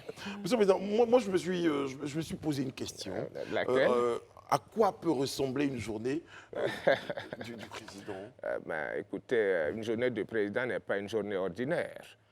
Quand je prends ma journée d'aujourd'hui, j'ai eu des réunions et bien évidemment, j'ai eu également des audiences avec, bien sûr, l'ambassadeur de Chine, M. Xiamping Chongson Tong Chongson Tong. Et bien évidemment, après, j'ai eu un entretien avec le DG du port que j'avais convoqué pour qu'il me donne des explications. Ah oui, à propos? Ah, mais parce que je me suis rendu compte que les recettes du port étaient inférieures à certaines boutiques. Voyez-vous, moi, j'ai ma petite fille, une fille que j'aime bien, Rafna. Donc, je vous assure que la boutique de Rafna donne plus que les recettes du port. Donc, j'ai bien voulu en savoir plus. avec le DG, il m'a fourni des explications qui ne m'ont pas totalement convaincu, mais il disait je lui ai donné 3 jours pour me convaincre. Voilà. Monsieur le Président, Et donc, c'est j'avoue des que- journées de travail. Ouais, non mais bon, là, franchement, Monsieur le Président, je ne sûr. savais pas que vous iriez si loin. Voilà. Vous savez que la Côte d'Ivoire est au travail, donc bien évidemment, il faut qu'il ait également les prouesses comme voilà, le font les PME. Voilà, pour moi, c'est important. C'est le cas de le dire. Et vu que vous parlez d'argent, Oui. on se rend compte que vous avez décidé donc de reverser les rentes viagères au président. Ah, tout à fait. Ah, bien sûr, bien sûr, bien sûr. Mais il faut préciser que ces 1 milliard sont en francs guinéens. Voilà. Nous avons convenu de cela lors de l'accord politique. Voilà, le dialogue politique. On a convenu que ça serait en francs guinéens. J'ai vu que la presse ne l'a pas mentionné, mais l'occasion est bonne pour que je le dise là. Donc, c'est 1 milliard 265 millions de francs guinéens. Voilà. Ils font combien de francs Qui lui CFA? seront versés avant le 31 décembre. Qui lui seront versés, bien évidemment. Je n'ai pas bien saisi. Ils font combien de francs CFA? Ah, mais autour de 123 000. Voilà. Autour de 123 000. Voilà. Francs CFA. Mais c'est énorme quand même. Bon, Monsieur le Président, on relativise. Ah, ben, Alors justement, voilà. de nouvelles voitures pour la police, Tout le à SMIC fait. qui passe à 75 000 francs. Vous en êtes très satisfait visiblement. Bien sûr, vous voyez, quand on parle de ce genre de choses, j'en suis fier. Moi, j'ai vécu longtemps aux États-Unis et bien évidemment, je peux vous dire que les voitures que vous avez vues ont coûté près de 633 milliards à l'État de Côte d'Ivoire. Ah ouais? 633 milliards entièrement financés par la Côte d'Ivoire. Je crois que c'est une fierté et c'est cela l'émergence dont je parlais. C'est cher payé, hein? Donc voilà, nous allons continuer d'en faire plus. On trouve que c'est cher payé. Non, non, nous allons continuer d'en faire plus Non, et il faut les s'arrêter amener 633 à l'intérieur, Daouda. Nous allons les amener à l'intérieur, mais je prévois le faire en 2030 par là. Voilà. Vu que je suis encore jeune, j'ai beaucoup à apporter à ce pays. J'attends qui dira le contraire. Monsieur le Président, vous avez fait beaucoup de cadeaux aux Ivoiriens. Bien sûr, bien sûr, bien sûr. On sait que vous avez ce qu'on appelle la prime ado. Il y a des La cadeaux. revalorisation salariale. Même Tout les à partis fait, politiques tout à ont vu fait. leur Eh ben, vous êtes subvention bien payée, informé tout apparemment. ça. Vous voyez très très bien. Tout à fait. Monsieur le Président, qu'est-ce qu'on peut vous offrir comme cadeau, nous vous souhaitez un cadeau en particulier? Ah ben, écoutez, le cadeau que vous pouvez m'offrir, c'est de rester unis sur ce plateau et bien évidemment, bien sûr, de continuer à faire votre travail en toute impartialité, comme vous le faites. J'apprécie cela. Et d'ailleurs, la dame qui est passée là tout à l'heure, voilà, j'apprécie également son travail parce qu'elle lutte contre la vie chère. Et c'est un bel exemple d'informer les Ivoiriens contre ces personnes que j'appelle les pirates de la vie normale. Voyez-vous, je termine avec cet exemple. La semaine passée, parce qu'il y a plein de personnes qui ne sont pas informées, Pascal. Quand les prix plafonnés sont vraiment écorchés, il faut dénoncer cela. Et Daouda l'a fait la semaine passée. Il était allé manger du porc à Yopougon. Il a appelé le Je ne mange pas le porc. Non, non, il a mangé. Mais Daouda, qu'est-ce que vous dites? Vous êtes en train de me contredire? Non, non. J'ai dit que Non, vous j'ai avez lappé mangé la du sauce de porc. porc. Vous J'ai avez lappé la mangé du sauce. porc. Et ils ont dit que le morceau était à 800 francs. Il a piqué une crise et il a appelé directement le conseil de la vie chère. Et après, je crois qu'on l'a servi. C'est ça. Et c'est donc, ça. c'est un porc, bel c'est le exemple. 8e produit. Bien sûr, voilà. Merci, Monsieur le Président. Merci beaucoup. Ah, mais Restez c'est moi avec qui nous. vous remercie. Merci beaucoup. Merci Pascal, Ah, merci voilà. Élisée, merci Isabelle, merci Daouda. Voilà. Merci à vous, on ne vous le dit pas assez. Hein? Voilà. Merci, Monsieur Et le mon Président. DAF vous dira merci tout à l'heure. Votre DAF vous dira mais là, merci. c'est une bonne nouvelle. C'est une bonne nouvelle. on Le temps termine de la ce présidence vous soir. dira merci tout à l'heure. Juste après nous, vous retrouvez André Bois dans le cadre de 100 langues de bois, qui a comme invité Monsieur Bruno Le Maire, je prononce bien, ministre de l'économie, des finances, de la souveraineté industrielle et numérique de France. C'est l'invité d'André Bois dans le cadre de 100 langues de bois. Ce sera juste après une courte pause. Vous avez vu l'étoile? Ça veut dire qu'on va au JT. Sharon Camara vous attend. À tout de suite. Merci à tous.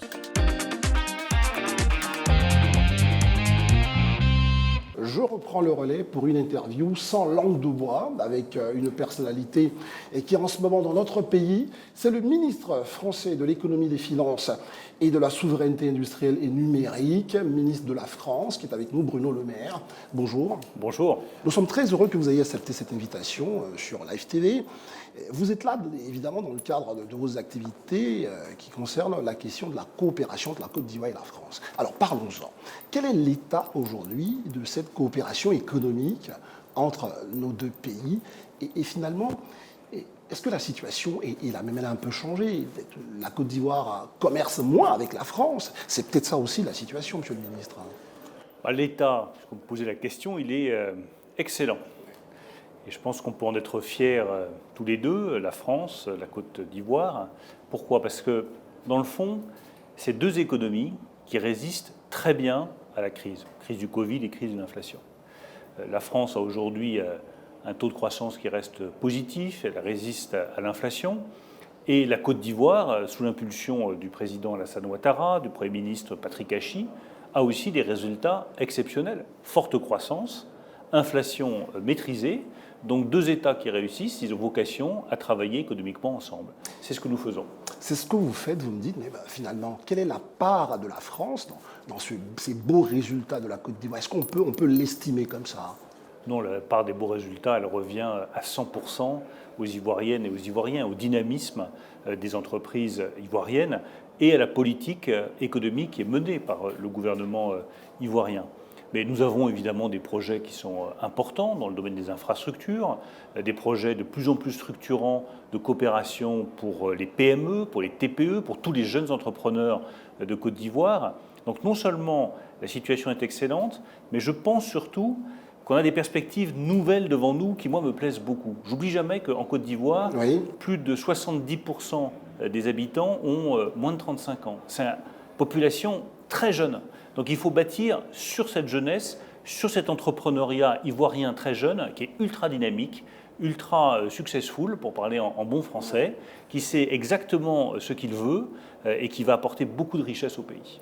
Il y a une thématique qu'on sort souvent, coopération économique, gagnant-gagnant. Eh bien, dites-nous, la Côte d'Ivoire gagne quoi finalement à être si liée à la France? C'est un vrai questionnement de la part des populations et d'un certain nombre d'intellectuels. On gagne quoi finalement à être comme ça, toujours, permettez-moi l'expression, à la botte de la France? Alors d'abord, moi je n'utiliserai pas cette expression. Enfin, la Côte d'Ivoire n'est pas à la botte de la France. La Côte d'Ivoire a un partenariat d'égal à égal avec la France. Et c'est un partenariat, je reprends votre expression, gagnant-gagnant. Mais comme je vous parle avec franchise, je pense qu'on doit faire en sorte que la Côte d'Ivoire y gagne encore plus. Là, qu'est-ce qu'elle y gagne concrètement? On a un projet de métro.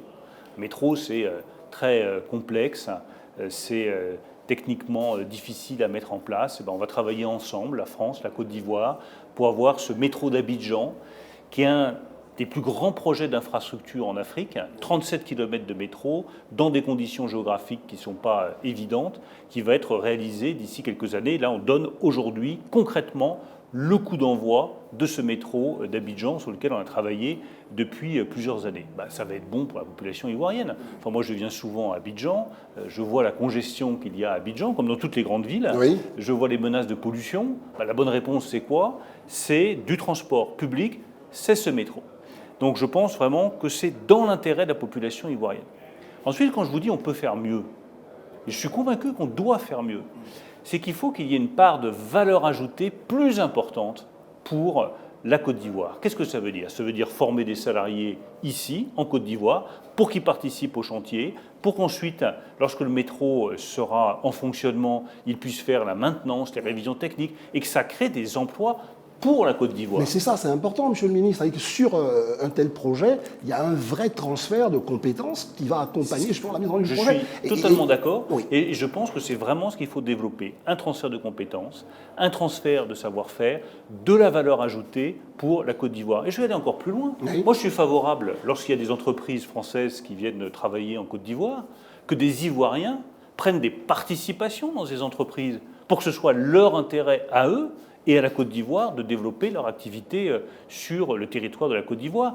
Je suis favorable dans le domaine de l'agroalimentaire, qui est un secteur dont on a beaucoup parlé avec le Premier ministre Patrick Hachi, sur lequel nous voulons renforcer la coopération.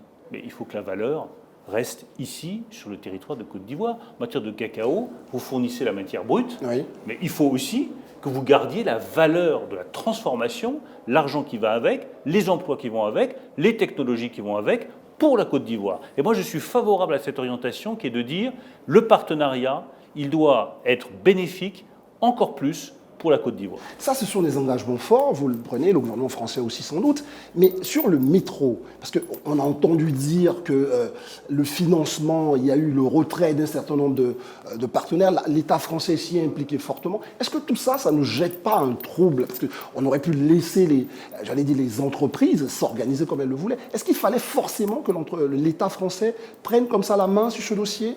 Ah bah, je vais vous dire, moi je ne connais pas beaucoup de très grandes infrastructures qui soient financées sans le soutien des États. Pourquoi? Parce que c'est toujours risqué. Ça. Vous faites un métro, vous faites un train, vous faites un aéroport, vous faites une très grande usine. Bah, il y a toujours une garantie de l'État et des financements de l'État. Ça me paraît tout à fait naturel. Et je crois qu'il faut faire très attention à ne pas jeter le soupçon inutilement.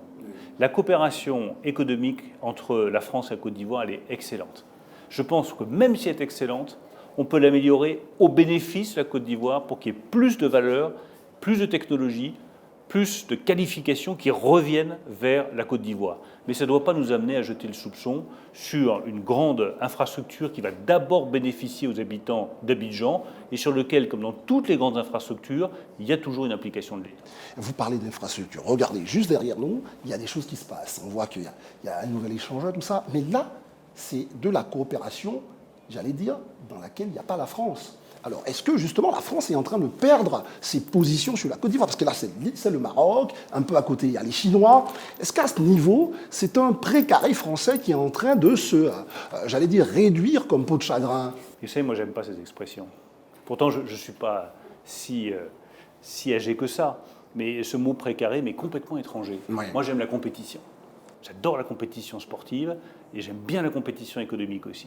Et je trouve que c'est bien qu'en Côte d'Ivoire, il y ait d'autres investisseurs qui arrivent, que le Maroc puisse dire, attendez, moi aussi, je sais faire des routes, je sais faire des ponts, qu'il y ait une compétition qui soit à part égale, et qui soit équilibrée, qui soit juste entre la France, ça peut être le Maroc, ça peut être la Chine, ça peut être la Turquie qui souhaite aussi investir. Puis que le meilleur gagne, que le meilleur comme gagne. Dans une bonne compétition. Bien sûr. Alors, vous avez évoqué justement les projets structurants au profit de la Côte d'Ivoire. C'est très intéressant. Parlons justement du contrat désendettement-développement. Ça, c'est quand même une grande idée de la France qui est mise en œuvre. Aujourd'hui, vous en faites quel bilan? Est-ce que c'est quelque chose qui vous satisfait? Vous allez pousser vers un troisième round? Qu'est-ce que vous allez faire de ce CED? Oui, moi j'en tire un bilan qui est positif, donc il faut continuer dans cette voie-là. C'est une des grandes orientations que nous avons poussées. Il y en a une deuxième sur laquelle je veux insister parce qu'elle est très importante, c'est que je ne veux pas que les grands contrats qui peuvent porter sur les hôpitaux, sur l'aéroport que nous avons développé, parce que l'aéroport d'Abidjan est ultra dynamique, donc on va le développer, sur le métro, cachent cette multiplicité de PME qui réussissent remarquablement bien et qui sont dans le fond le vrai tissu économique de la Côte d'Ivoire et qui vont permettre à la Côte d'Ivoire de continuer à réussir économiquement de manière tout à fait remarquable. Moi, je souhaite qu'il y ait des liens directs entre les PME ivoiriennes, les PME françaises. Je viens d'en rencontrer un certain nombre, des start-up dans le domaine de la restauration, de l'hôtellerie, dans le domaine de l'assurance, dans le domaine bancaire. Il y a des dizaines et des dizaines de secteurs dans lesquels PME françaises et PME ivoiriennes doivent travailler main dans la main. Comment vous les avez sentis, ces Ivoiriens, porteurs de PME, Ivoiriens, Franco-Ivoiriens, etc. Ils sont un peu inquiets, ils ont plutôt de l'espoir de savoir qu'un pays comme la France, qui a quand même un tissu industriel important, peut les regarder différemment, peut les soutenir, peut ramener... Est-ce qu'ils sont optimistes ou pas quand Oui, vous moi les je les ai entendez? trouvés non seulement optimistes, mais extraordinairement enthousiastes. Et dans le fond, ils mettent le doigt sur quelque chose qui est très juste. C'est que beaucoup de gens en France, en Europe, méconnaissent l'Afrique et se font une mauvaise image de l'Afrique, une image qui n'est pas juste. L'Afrique, la Côte d'Ivoire en est le meilleur exemple, c'est un continent dans lequel il y a du dynamisme économique. Et la Côte d'Ivoire, je pense, a une responsabilité particulière parce que c'est une nation qui réussit remarquablement bien. Et donc, elle a à montrer à tout le reste du monde, pas simplement de l'Afrique, pas simplement de l'Europe, que Côte d'Ivoire, Afrique rime avec succès économique, avec entrepreneuriat, avec enthousiasme, avec créativité, avec imagination. Là, il y avait un jeune qui disait, mais la Côte d'Ivoire est un pays sublime, mais on n'exploite pas assez de potentiel touristique. Oui. Donc j'ai créé une boîte qui va faire connaître tout le potentiel touristique de la Côte d'Ivoire, qui va créer les aménagements nécessaires, qui va valoriser tout le territoire de Côte d'Ivoire, pour qu'on ne se dise pas la Côte d'Ivoire, c'est uniquement le pôle d'Abidjan, avec le dynamisme économique exceptionnel d'Abidjan. Super idée, il faut avancer, il faut foncer. Absolument. Il y en a un autre qui disait, les Ivoiriens ne sont pas assez assurés, il faut créer plus de primes d'assurance et de capacité pour le peuple ivoirien à s'assurer. Excellente idée, créative, imaginative. Un autre, c'était sur la cuisine. Et sur, Dieu sait que nous, en France, on aime la cuisine et la gastronomie. Mais c'est une excellente idée. Donc la Côte d'Ivoire, c'est une nation qui a un enthousiasme économique exceptionnel.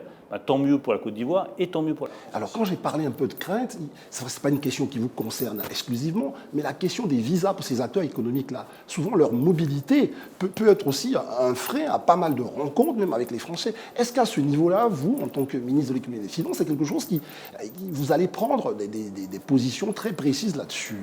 Alors j'ai vu que c'était un sujet, j'en ai parlé avec les entrepreneurs, et ils ont tous souligné ce sujet-là. Donc je vais en reparler avec mon collègue et ami, Gérald Darmanin, qui est ministre de l'Intérieur. Moi, je ne suis pas en charge de ces sujets. Et je vais dire, voilà, je te signale simplement que pour les entrepreneurs ivoiriens, ça peut poser une difficulté, donc regardons ça de près. Regardons ça de près. Alors, ces entrepreneurs ivoiriens, ils sont un peu comme la masse quand même populaire. Il y a beaucoup d'inquiétudes, il y a un désenchantement. Moi, je pense que les Ivoiriens, les Africains francophones, ils aiment la France, mais ils sont un peu désenchantés, un peu déçus. C'est quoi? Est-ce que vous pensez qu'il n'y a pas un problème de lisibilité de votre action économique vis-à-vis justement de la population? Est-ce qu'à ce niveau-là, vous pensez qu'il n'y a pas quelque chose à faire pour lutter contre ce désenchantement? Parce qu'il y a une vraie plainte de la part des masses. Je veux dire, il y a deux choses. Il y a une part de malveillance. Pas s'y tromper, ça fait partie des relations entre grandes nations comme la Côte d'Ivoire et la France. Certains ont intérêt à alimenter les bisbilles entre la France et la Côte d'Ivoire. Ça, c'est ce que j'appelle la part de malveillance. Et puis, il y a une part de responsabilité de notre part. C'est-à-dire être capable de valoriser davantage les talents ivoiriens, s'assurer que tous les projets que nous menons sont dans l'intérêt du peuple ivoirien, des salariés ivoiriens, des familles ivoiriennes. Et je pense là-dessus que nous pouvons faire mieux et que nous devons faire mieux. C'est l'orientation qu'a fixée le président de la République et je pense que c'est très juste quand il dit qu'on doit s'assurer que nos projets économiques bénéficient encore davantage au peuple ivoirien. Et puis il y a une troisième chose, c'est ce que je vous disais sur les PME et l'entrepreneuriat, c'est-à-dire ça c'est la garantie qu'on est dans un traitement totalement d'égal à égal. Un jeune start-upper d'Abidjan ou un jeune start-upper de l'école 42 à Paris, c'est les mêmes. Ils pensent de la même façon, ils vivent leur vie, ils vivent leurs rêves de la même façon.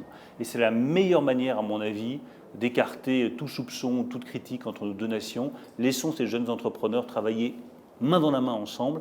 Je suis sûr qu'on n'en tirera que du bon. Vous avez parlé de malveillance, vous avez parlé, j'allais dire, de propos qui ne sont pas évidemment positifs pour la coopération entre les deux pays. Mais est-ce qu'il n'y a pas une part de vérité? Est-ce qu'il n'y a pas quelque chose? Vous reconnaissez à demi-mot, hein, j'en conviens, qu'il y a aussi un travail à faire de la France. Oui, il y a une part de vérité. Il y a évidemment un travail à faire de la part de la France, mais je suis là aussi pour dénoncer certains mensonges. Vous voyez, quand j'entends certains raconter absolument n'importe quoi sur le franc CFA. Très bien, vous ouvrez justement cette partie qui allait venir, la question de la monnaie, justement, le franc CFA.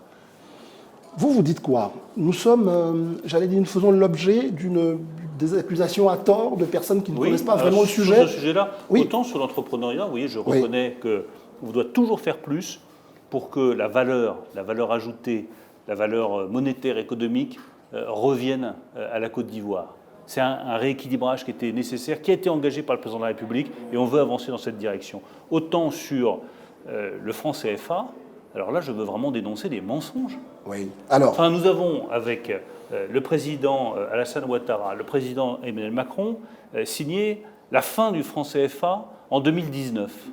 On nous dit, mais le Trésor public français fait encore de l'argent avec les réserves monétaires du franc CFA. Il faut justement qu'on s'explique sur ça. Mais je vais vous expliquer, ça va être mon seul moment de colère, mais vous avez raison, de saine colère et de juste colère de cette émission. C'est un pur mensonge. Alors, je suis responsable du Trésor public français. La réalité, c'est que toutes les réserves monétaires de la zone franc, qui étaient au Trésor public français, elles sont désormais à la Banque centrale d'Afrique de l'Ouest.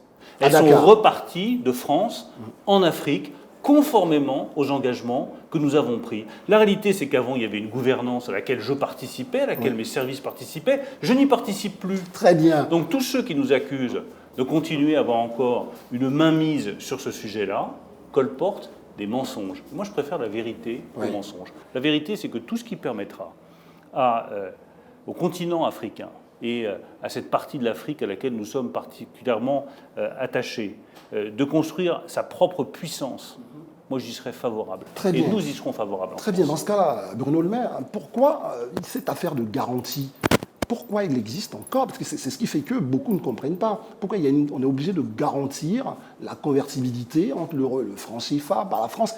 Est-ce vraiment nécessaire? Et puis, donc quand je pose la question... Créer d'autres États. Oui, qu'est-ce que gagne la France à cela? L'État français n'y gagne rien. Ah. Mais je vois ce qui gagnent les États africains. Ah, dites-nous. Parce que regardez, dans la zone, je vais citer personne, mais ceux qui n'ont pas voulu de la garantie, ceux qui n'ont pas voulu de cette protection du franc CFA ou de la garantie désormais, puisque nous avons une fois encore mis fin à ce franc CFA et aux réserves monétaires, regardez la situation dans laquelle ils sont. Regardez le niveau d'inflation. En Côte d'Ivoire, qui est un des piliers de cette organisation monétaire, avec une garantie, avec une solidité, et regardez d'autres pays voisins qui ont des taux d'inflation de 25 ou 30%. Qui se porte le mieux? C'est la Côte d'Ivoire, manifestement. Voilà, je ne citerai personne, mais regardez autour de vous et vous verrez Bien que sûr, les États en tant qui ont fait qu'observateur, d'autres choix je se peux vous retrouvent dire. avec des niveaux d'inflation beaucoup plus élevés. Ceux qui en bénéficient, et tant mieux, c'est des États qui sont membres, c'est des États qui se comportent de manière responsable du point de vue économique. Tout ça se fait sur une base équilibrée. Et nous sommes ouverts à toute évolution future qui serait souhaitée par les États africains concernés. Si certains veulent changer le nom de la monnaie, ils sont libres de le faire, mais c'est leur liberté et c'est leur décision. Nous, la France, nous ne sommes pas là pour interférer avec ces décisions. Très bien. Vraiment, ça a été un échange, je dois l'avouer, sans langue de bois, avec le ministre français de l'économie, des finances et de la souveraineté industrielle et numérique.